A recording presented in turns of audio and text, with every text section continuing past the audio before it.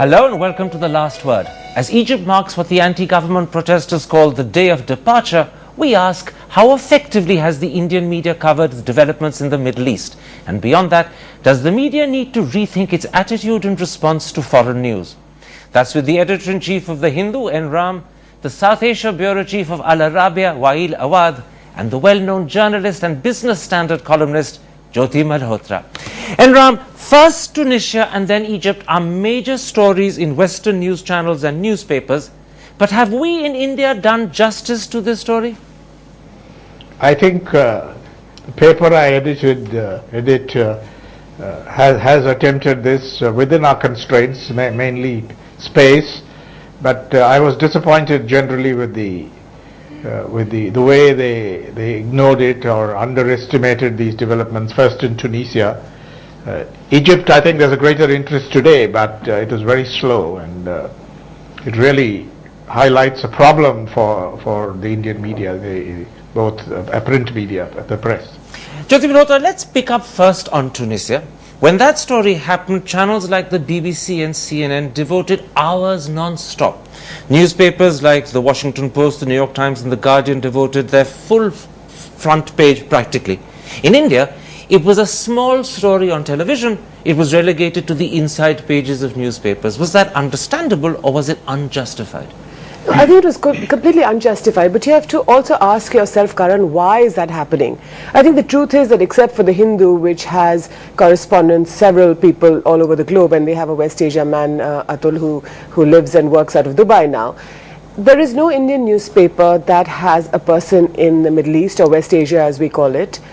I think people have journalists in Washington, DC, and perhaps in London, but otherwise we're a very inward-looking society. And what surprises me is that years ago I used to live in Moscow from 92 to 95, just when the Soviet Union had fallen apart. And I wrote then for the Times of India, and every time I sort of came home, there was so much interest from Indians. So I think Indians are a very curious people. We're an inquisitive people. We want to know what's happening in the world around us. But for some reason, Indian newspapers haven't been able to tap into that curiosity or into that interest. In fact, even after Egypt began to rivet attention, the papers no doubt devoted considerably more space than they had previously. But for that critical first week, it was still a minor story on Indian television. Was that a mistake? I think the mistake and I noticed that during the years of being in India, I noticed that whenever the BBC or the CNN carry the story, the Indian media run for it and immediately they make it a major story, which is wrong. India as a global power which is emerging and as a proactive playing in the international community should have in areas where should have strategical thinking, even the channels. What happened now in our channel or in Al Jazeera or another Arabic channel? We have a strategic planning. We anticipate crisis where it is going to happen. So you have to appoint somebody and assign somebody there for a long time. Like when we were in Afghanistan, Jazeera office was closing he was closing because there was nothing happened, and suddenly the war happened. So there where you have to invest in that time for the long story coming. Strategically thinking is important. You're making a second point. It's not just lack of interest, but it's paucity of advanced thinking. Yeah, absolutely. N.RAM, let's for a moment look at the quality of the coverage. Most of the papers today are relying upon either agency copy or stories taken straight from Western papers. But if now in the second critical week, television channels can send correspondents and crew to Egypt, shouldn't the newspapers have done the same thing? In fact, the only paper that has a correspondent is yours. Yes, we immediately flew Atul and Aja to Cairo as soon as we realized that this was very, very major. And then we have another person writing for us who's come from New York but originally from Chennai. I think there's something seriously wrong with the priorities we assign major international news. On the one hand, you say this is the age of globalization, but the Indian press really and television, as you say, make up the rear when it comes to covering major developments. And once they catch up, as has been said in this discussion, we tail somebody else, and that's very unfortunate. You know, Jyoti made a point. And I like Jyoti's point. I think in the old days, with fewer resources, you paid much more attention to these issues. But very quickly on Jyoti's point, is it in fact lack of funds that restrains editors from sending correspondence, particularly to places like Egypt when it's in crisis, or is it that they don't think there's a market for the story? Both, Karan, absolutely. Funds really shouldn't be much of a consideration here for major newspapers and television stations. They can easily afford it. But there's something wrong, because your marketing people tell you that readers want only local news, they're not interested in this or that, and we are often surprised. Okay. In fact, some surveys I've seen show that Indian readers, at least speaking for newspapers, want more foreign news, more interesting foreign news, and Egypt is absolutely riveting. Jyoti, I've been watching it on Al Jazeera English Live on my iPad, and it's absolutely riveting. It We is. are far behind that. Absolutely, that's the point I want to pick up on with Jyoti. Jyoti, you've been covering foreign affairs for almost 2 decades. Is there pressure in newsrooms on editors when stories like Egypt happen that you have to send someone? Or is there a sort of general consensus that either we can't afford it, or marketing won't permit it, or maybe the audience is too parochial and not interested, and does everyone therefore, in a sense, become part of this silence? I think that's right. You know, that word silence is a very big one, because the first question that you ask yourself actually is that how much money are you going to spend on this? And very often as reporters, we're all dying to cover the story, because, and especially the Egypt story is so big, because the whole world is going to change, not only the Middle East, but we're all going to change as a result of this. But having said that, what happens is that you ask yourself how much money are you going to spend, and then that budget goes up not only from the editor but to the proprietor and to perhaps the owner. And so I think those decisions are always made whether it's worth it or not. But I would say that, see, covering a story, parachuting from Delhi into Egypt or anywhere else is one part of the story. I think the story is that why is it that Indian newspapers do not post correspondence to various key centers Absolutely. in the world? I promise that I will take that up after the break, but for now let's just concentrate a little on the Egypt story.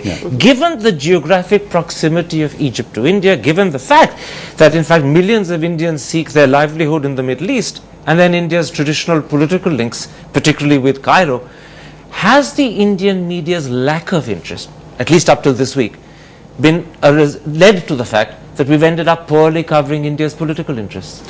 I think the lack of interest is not the lack of interest. The story is always hot, even for India, for us. And when we report India to the Arab world, they are quite happy with the story we do. They are eager to find a story from India. And I can tell you, throughout my 2 decades of the television, people have changed their perception of India. They see and watch and see, and the other way Sadly, around. the opposite isn't Yes, true. it's the other way around. It's also going to happen. It's going to happen, but Yes. it hasn't We're happened. always surprised when we go to these places and everybody says, oh, from India, and they know so much about us. But unfortunately, we don't know enough about these countries at all, and Egypt is a classic example. Ram, let's come to how good or how poor the analysis in the Indian media was. For instance, did our coverage adequately convey the critical response of the army, or the subtle behind-the-scene roles being played by the Muslim Brotherhood? Most people are very poorly informed about it. They don't have the information. They have not done the homework.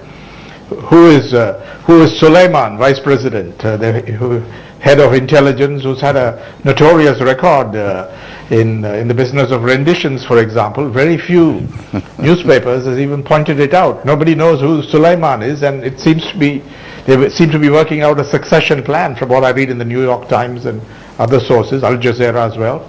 I haven't read Al Arabia, but they are far ahead, and I think we lack the perception, we lack the information, and as you said, we lack the vision. What about something else, Jyoti? Our minds have become narrower exactly. as the resources have expanded and the media have grown, and this, I think, illustrates it brilliantly. Ram says we lack the perception, we lack the vision. Sometimes do we lack something even more fundamental, the correct questions? For instance, has the analysis asked the question, what would the fall of Mubarak mean for Egypt? And beyond that, for the region, and perhaps particularly Israel? I mean, do we ask that sort of question? Karan, when this story started being covered in the newspapers and on television, I think the first couple of days, TV especially, was obsessed by these Indians who were returning, who were sort of, Indian tourists who were trapped in this whole crisis.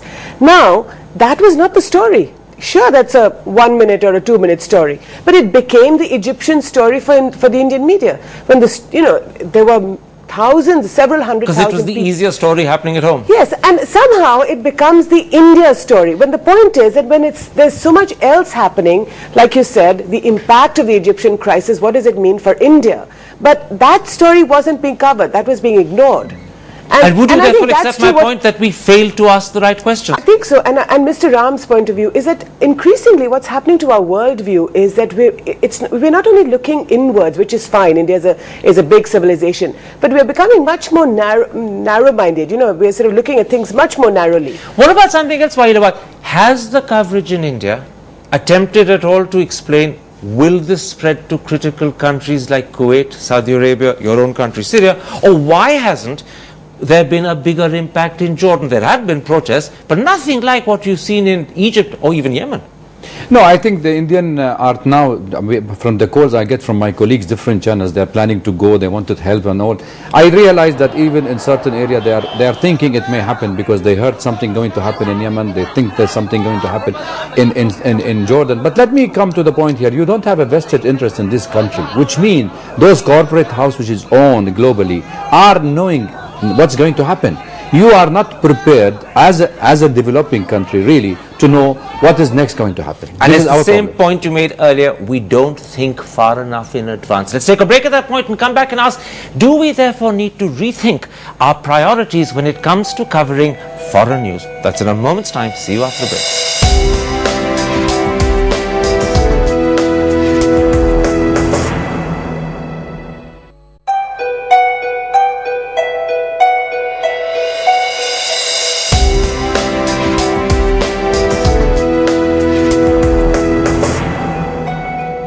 Welcome back to The Last Word. We turn now to the critical core subject. Has the time come for India to rethink the way it prioritizes or fails to properly prioritize foreign news? Jyoti Malhotra, let's first look at the way we cover our neighbors. Many people say, in fact, the only neighbor that's ever covered is Pakistan. Is that understandable given our relationship, or is it far too narrow a focus? I think we should cover Pakistan the way we have, because we have had 3 wars between us and 1 near war at Kargil. But having said that, that doesn't mean that we ignore our other neighbors. And, Dr. Awad referred to Afghanistan. We keep talking about how important this is to India and to India's national interest. But we don't have one correspondent station in Afghanistan. I think All India Radio perhaps has one. But, it's really shocking that India's neighbor, and we keep talking about this sort of, Pakistan's relationship with Afghanistan, and therefore India's role in this whole sort of peace process that will unfold. But where is India? In fact, even Dr. Awad, when we cover Pakistan, it's the terror dimension or the military dimension that we concentrate on, the devastating floods that ravage the country, and where relief and rehabilitation has been minimal, have been ignored in India. Or am I being unfair? No, I think it unfortunately, I must say here, the relation between nation is not built up on a small, narrow perceptions of coverage. This is the wrong policy. Private and a government agency follow suits. We have a self-censorship on these things. If you really want to build the bridges between the two countries, or between any country, cover the other side of a human angle. Human angle has always been accepted, and it always shows the other side of the people and make you forget your rivalry with the other party. Ram, 2 of our neighbors that are probably almost always ignored are Bangladesh and Burma. In your eyes, how much of an error is that? Yes, but I think Burma more than Bangladesh, understandable because it's hard to get in. But Bangladesh certainly should be covered much better. I think some of the Telegraph, for example, covers it better. We've been covering it for a long time. Bangladesh, we have a correspondent, and Sri Lanka and Pakistan, in my observation, have been better covered, except that there is too much chauvinism. That's a different problem. Too much chauvinism that relates to what Jyoti said. She wants it covered, but I think you should cover various other things about Pakistan, which people are dying to read in India. People really want to know. We know that. Okay.